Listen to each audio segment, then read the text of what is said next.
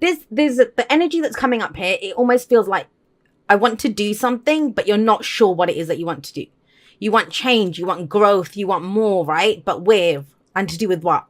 And that's what this week feels like, that you're trying to figure out. What is it that you want to increase, grow? We have the Two of Pentacles. So for some of you, you're taking on a lot, but it's a Two of Pentacles, right? So it's very minor energy. And I don't mean that. And, it can be very frustrating if you're the one that's having to juggle two things here. But it's about weighing up the pros and cons, trying to figure out which one works for me. Sometimes to do that, we take on two jobs, or we take on two things, two people, whatever, to try to figure out which one is the right fit for us. However, focusing solely on the two things, focusing on the practical details of the thing, that's not going to give you all the answers. And the moon very much as your advice says that too. Two of Pentacles says you need to put one of those down, take a step back and look at the bigger picture. Look at the bigger picture. And I kind of think that's because there are so many options right now. You can really go in any direction. And yeah, this is totally kind of channeled coming through. But it's the Ten of Swords. And I'll explain when I get to that.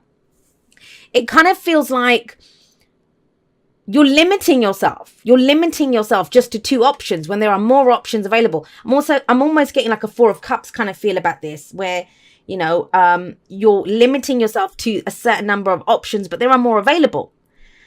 Just because you can see the two doesn't mean there's not more there. Now, the reason I think there's more is because we have the Ten of Swords coming up at the heart of the reading. This is rock bottom, right? And this is going to play out differently for each of you. It's a general reading. So remember that. And it goes the energies can go both ways. So if someone's central to your story right now, this may be helping you to understand what's going on there with that situation. But it's your message, whoever's watching this. So the Ten of Swords coming up here, that's rock bottom. This is the aftermath. We're dealing with what happened. And yeah, it wasn't pleasant. I always feel like this is the scene of the crime, right? Going back to the scene of the crime. And what I always say is, it's overkill. 10 swords are not needed to take a person down. One sword's enough. So that's nasty. That is pretty nasty, whatever took place here. However, swords are our thoughts, our beliefs, our ideas, and how we communicate them. So this can be harsh words that were said. This can be nasty, like something really nasty that took place. That's for sure. That happened. But this can also be nightmares about what happened, where we're kind of replaying it in our heads, going over it again. And I know that's kind of Nine of Swords energy, but with the Ten of Swords, it's already happened. Nine of Swords, we're worried it's going to happen, or we're in the middle of it happening. But the Ten of Swords, it's happened. The writing's on the wall. We know who to trust. We know who not to trust. We know what works. We know what doesn't work. So it's time to go again. But how do we do that? By removing all the crap that happened here, taking one of the swords. That's how the cycle starts again with the Ace of Swords, right? And going forward from then. Now, if you've got nothing left, if you're at rock bottom, then what's the saying? The only way is up. But what are you going to choose? That's why I think it serves you to take a moment and to look at all your options, to kind of go really big. You don't have to limit yourself. And I know that sounds strange, because when we have the Two of Pentacles and the Ten of Swords, we can almost feel like, I was left kind of decimated here on the ground, nothing. So let me just go with the smallest, tiniest, like the first step that I can take. But I'm not getting the Knight of Pentacles for you. That's baby steps. I'm getting the Empress for you, but we'll get to her in a moment. Now, you've got the Hermit coming up as a past energy. So this is last week, last month, last year, whatever, right?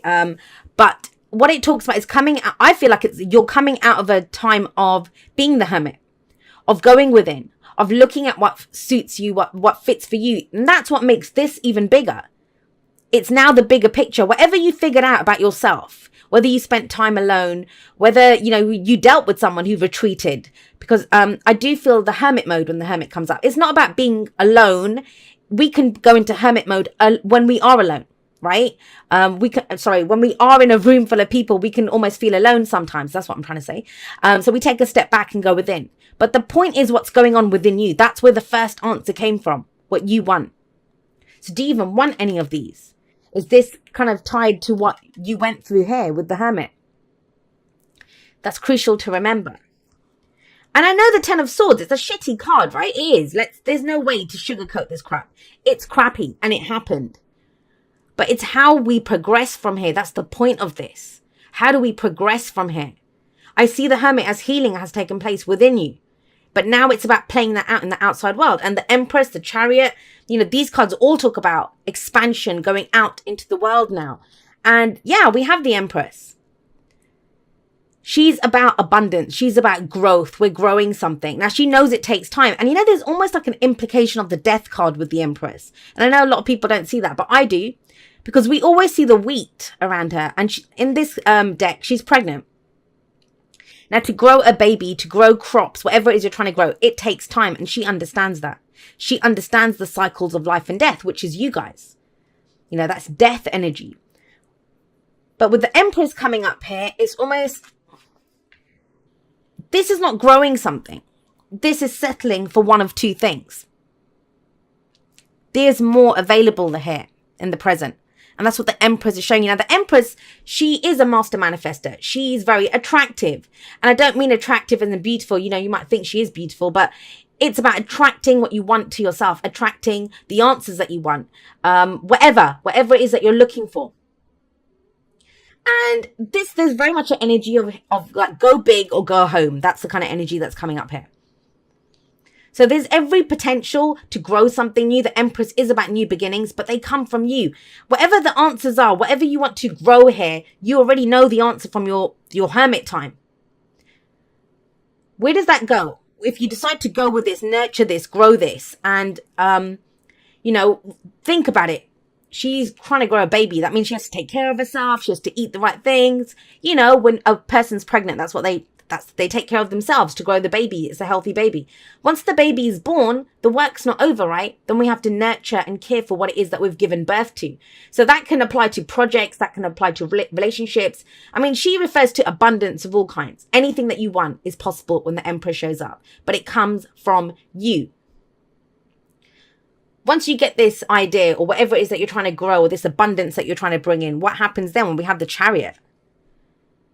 No more kind of dilly-dallying around here with the swords that happen. And this is, I'm off. I'm done. I'm not going to hang around the scene of the crime. I'm not going to dwell on this anymore. Yeah, that happened. But think about it. You've learned the lessons from this. Whatever this was, if this was a betrayal, if this was deception, if this was, you know, sometimes it can be the loss of something. And with the Chariot coming up here, this is, I'm off. I have a new destination. I know where I'm going. But the seed is planted here in this week. Whatever it is that you're trying to grow, it happens here. And it takes you to victory. But you balance your head and your heart. And the energy picks up. Whenever the Chariot shows up, the energy picks up.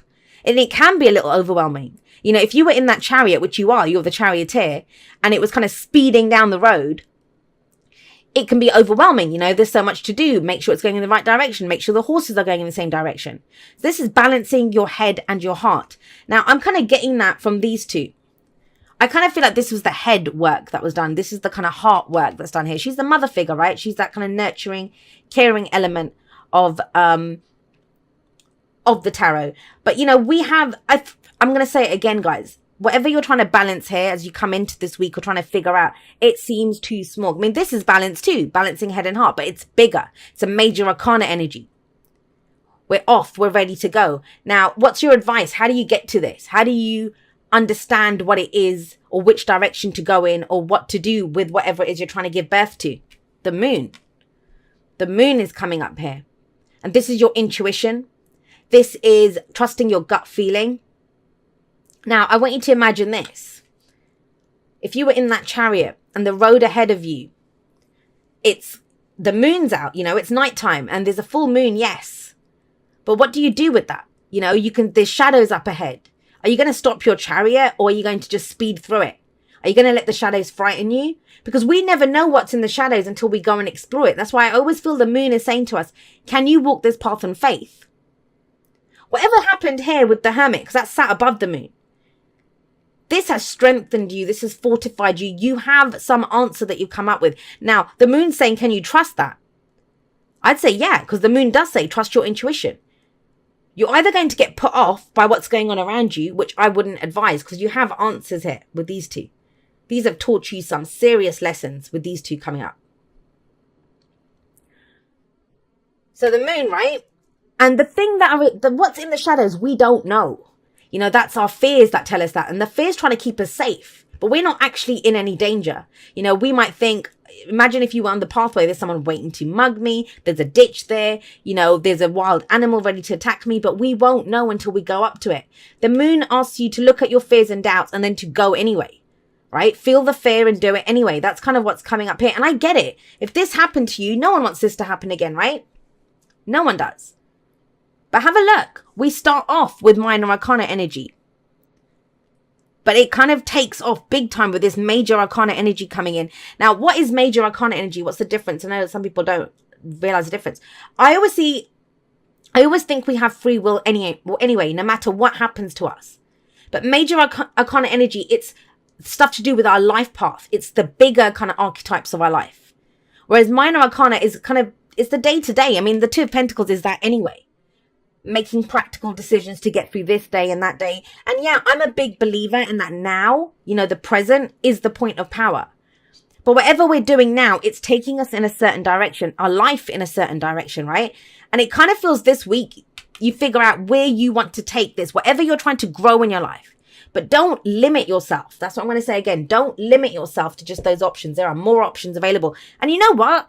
If you tell the Empress there's only 2 options available, she's like, screw it. I'll give birth to a 3rd option, a 4th option, a 5th, 6th, 7th, whatever I want, I can give birth to it.